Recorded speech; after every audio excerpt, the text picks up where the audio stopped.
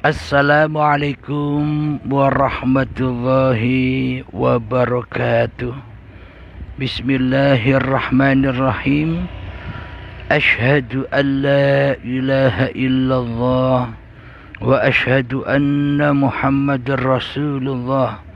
Allahumma salli ala sayyidina Muhammad wa ala ali sayyidina Muhammad. Rabbi shrah li sadri wa yassir li amri wahlul 'uqdatam min lisani yafqahu qawli. Amin. Bismillahirrahmanirrahim. Salam hormatku buat para sahabat tercinta dimanapun Anda berada.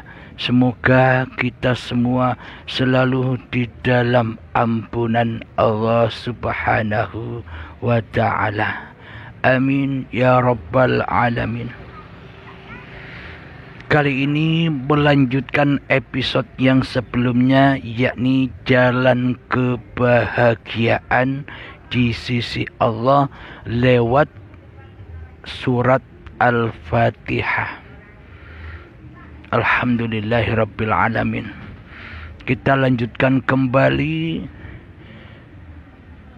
Setelah bacaan ta'awudz, kita menuju bacaan basmalah. Bismillahirrahmanirrahim. Dengan nama Allah yang Maha Pengasih dan lagi Maha Penyayang. Selama ini kita diajarkan hanya dengan namanya saja, bukan dengan zatnya. Karena selama ini kita hanyalah kenal namanya saja, tanpa kita mengenal zatnya. Siapa Tuhan yang bernama Allah itu? Maka selama ini kita buta kepada Allah. Yang kita tahu hanyalah namanya saja. Sama halnya Anda mengenal nama saya Abdul Halim. Anda gandrung kepada saya. Anda cinta kepada saya. Sementara Anda tidak pernah bertemu dengan saya. Sementara Anda tidak mengenal wajah saya. Anda hanya mengenal nama saya saja, yakni Abdul Halim. Anda sebutkan tiap saat dan waktu nama saya, Abdul Halim, Abdul Halim, Abdul Halim, Abdul Halim. Tanpa Anda tahu saya, Anda hanya tahu nama saya saja. Kira-kira ketika di suatu tempat kita berjumpa secara fisik, secara zahiriyah, apakah Anda tahu saya? Kalau itu saya, kalau itu yang bernama Abdul Halim, bila Anda tidak pernah bertemu saya.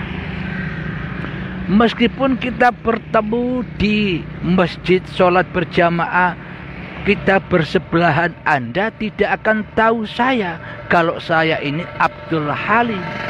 Anda hanya nyebut-nyebut namanya saja tanpa Anda kenal siapa Abdul Halim itu. Selamanya Anda akan buta akan saya, akan sosok saya, bila Anda hanya kenal namanya saja tanpa tahu sosoknya, tanpa tahu ciri-cirinya, tanpa tahu jelegernya badannya. Jadi harus tahu agar tidak nama saja yang disebut. Nanti kalau sudah tahu siapa zat yang bernama Allah itu, maka bunyinya di dalam hati sudah bukan bismillah lagi, akan tetapi bidzatillahirrahmanirrahim. Dengan zat Allah lah yang Maha Pengasih lagi Maha Penyayang. Logikanya begini. Apakah Anda melihat saya yang punya sifat kasih dan sayang. Yang punya sifat kasih dan sayang itu namanya ataukah orangnya? Jika namanya saja, apakah mungkin nama, hanya sekadar nama itu punya sifat kasih dan sayang? Tentunya bukan namanya yang punya sifat kasih dan sayang, yakni orangnya lah yang punya sifat kasih dan sayang, bukan namanya yang punya sifat kasih dan sayang itu. Yang memberi, yang menyayangi, yang menafkahi kan orangnya, bukan namanya. Nah, logikanya kan demikian. Jadi bismillahirrahmanirrahim tidak akan nyata bila kita masih hanya menyebut nama Allah saja. Itu semua bakal nyata bila kita sudah mengenal siapakah zat yang bernama Allah itu. Maka ketika sudah nyata siapa yang bernama Allah itu, maka nyata pula kasih dan sayangnya. Jadi nyata pula kasih dan sayangnya Allah. Jadi wajiblah kita tahu zat siapa yang bernama Allah itu. Contohnya pada diri kita. Bila kita tidak hidup, apakah kita bisa berkasih sayang kepada sesama? Bila kita tak hidup, apakah kita punya nama? Nama saya Abdul Halim, nama Anda siapa dan sebagainya. Bila kita tidak hidup, apakah semua sifat-sifat itu ada? Segala sesuatu itu ada tanpa kita hidup. Apakah seluruh alam semesta bisa kita saksikan tanpa kita hidup? Nah, jadi siapakah Allah itu sebenarnya? Allah itu tak lain dan tak bukan adalah hidup yang selama ini kita akui sebagai hidup manusia kita, itulah Allah.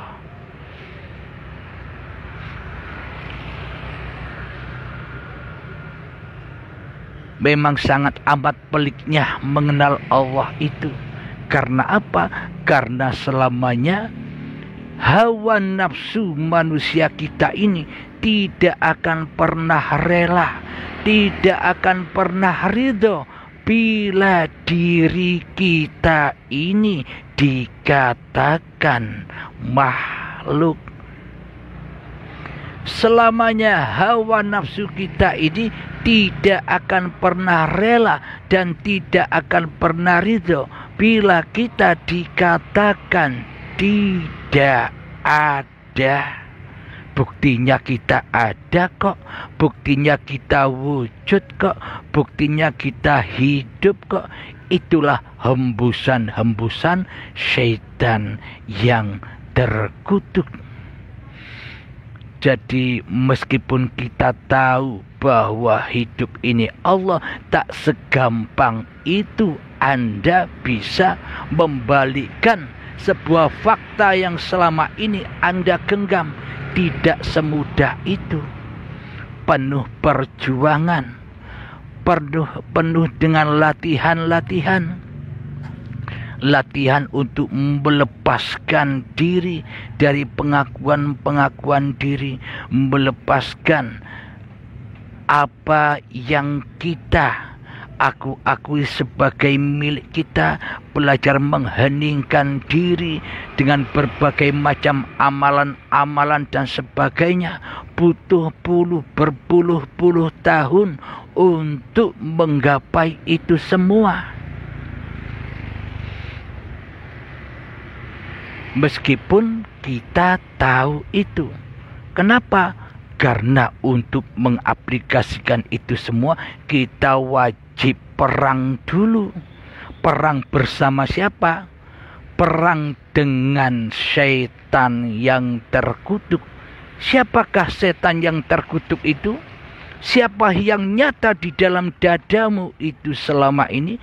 Yang nyata, yang wujud, yang hidup, yang berkuasa atas dirimu, di hatimu selama ini kan dirimu sendiri.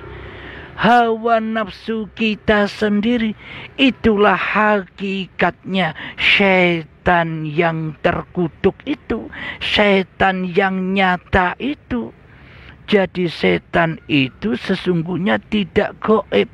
Setan itu adalah musuh-musuhmu yang amat sangat nyatanya. Di mana?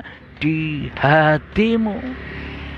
Jadi sebenarnya kita sebelum bertemu Allah, sebelum mengenal Allah, sebelum berjumpa Allah, harus perang-perangan dulu dengan diri kita sendiri dulu.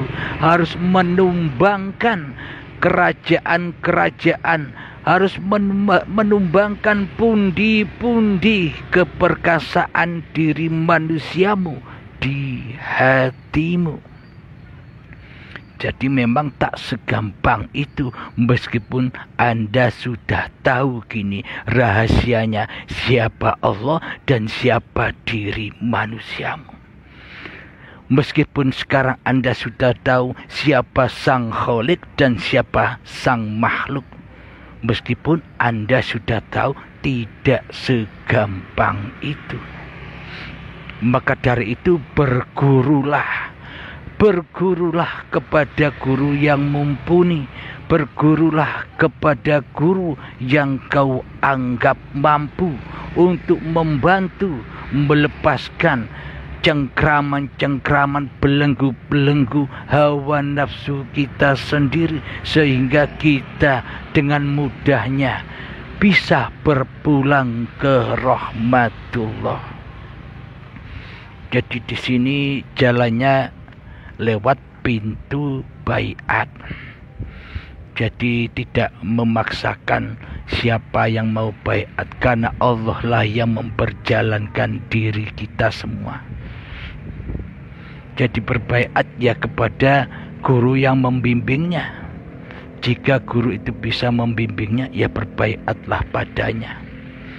Bila guru itu bisa mempertemukan antara hamba dan Tuhannya, maka berbaiatlah padanya. Alhamdulillahirabbil alamin. Jadi bismillahirrahmanirrahim. Dengan nama Allah yang Maha Pengasih dan lagi Maha Penyayang. Jadi bagi tahapan di syariat saja masih nyembah nama, masih mempertuhankan namanya, tidak mempertuhankan siapa pemilik nama itu. Maka kita jangan hanya duduk di syariat saja. Naiklah, bangunlah jiwanya, bangunlah badannya. Maka jangan tidur terus, bangkitlah, bangunlah menuju Tuhanmu yang sudah lama menanti kehadiranmu. Disitulah letak kebahagiaan yang hakiki, kebahagiaan jannah, lebih indah dari jannah. Jadi apa kenikmatan di dalam surga itu? Kenikmatan yang teragung di dalam surga adalah bertemu dengan wajhullah. Nah, disitulah tempatnya kedamaian. Kapankah surga itu ada? Tergantung diri Anda. Mau berangkat ke sana apa masih duduk-duduk di dalam anar, duduk-duduk di dalam jahanamnya Allah, duduk-duduk di dalam batu yang keras melebihi kerasnya batu. Jadi tergantung hamba-hambanya. Alhamdulillahirabbil alamin. Ketika kita masih mengenal nama saja, maka semua akan menjadi angan-angan saja. Agama dan bertuhan kita selama ini tidak nyata, tidak logis, karena kita hanya berangan-angan saja. Karena sesungguhnya beragama dan bertuhan di sisi Allah itu sangat amatlah nyata, sangat amatlah logis, bisa dilogikakan, bisa disaksikan di dalam hati kita. Karena kita selama ini selalu mentuhankan iblis dan setan di dalam hati kita, mentuhankan hawa nafsu kita sendiri daripada mentuhankan Allah, maka kita selama ini buta akan itu semua. Jadi sebenarnya yang punya sifat kasih dan sayang itu tak lain dan tak bukan adalah uripe Allah. Jika kita tidak hidup, apakah kita bisa berkasih sayang? Bila kita tidak hidup, apakah kita bisa berderma? Bila tidak hidup, apakah kita bisa ngasih sayangi anak, ngasih sayangi istri, ngasih sayangi suami, ngasih sayangi orang tua kita? Bila kita tak hidup, kan kasih sayang tak ada. Adanya kasih sayang itu tercipta karena ada siapa yang bertajalli atas hidup itu. Dialah uripe Allah. Hanya Allah lah yang bisa berkasih sayang. Hanya Allah lah yang punya semua sifat-sifat itu. Manusia tidak punya apa-apa. Manusia hanya ditajalikan. Manusia hanya diperjalankan. Manusia hanya menjadi Muhammad Rasulullah, menjadi utusan-utusan Allah. Bila manusia tidak diutus Allah, bila manusia tidak dicipta Allah, apakah manusia itu ada? Apakah manusia bisa ngapa-ngapain, bisa berapa-apa, bisa bersiapa-siapa? Tentunya semua itu peran bukan peran wayangnya, peran bukan peran manusianya, peran bukan peran makhluknya. Akan tetapi semua itu adalah peran Sang Pencipta, peran Tuhan pemilik nama Allah itu. Siapakah dia? Uripe Allah, Hayatullah, yang menciptakan alam semesta ini. Dengan hiduplah kita bisa menyaksikan alam semesta ini. Dengan hiduplah kita tahu ini dan itu. Dengan hiduplah kita tahu nama ini dan nama itu. Dan dengan hiduplah kita berakhir. Dengan hiduplah kita pun berpulang, dan dengan hiduplah inna lillahi wa inna ilaihi raji'un. Alhamdulillahi rabbil alamin. Semoga dengan paparan yang sebentar ini akan menggugah hati kita selalu beriman kepada Allah Subhanahu wa taala.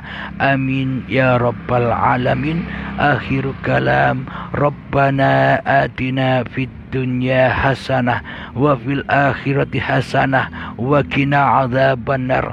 Wa sallallahu ala sayyidina Muhammad wa ala alihi wa sahbihi wasallam. Walhamdulillahi rabbil alamin. Akhir kalam, assalamualaikum warahmatullahi wabarakatuh.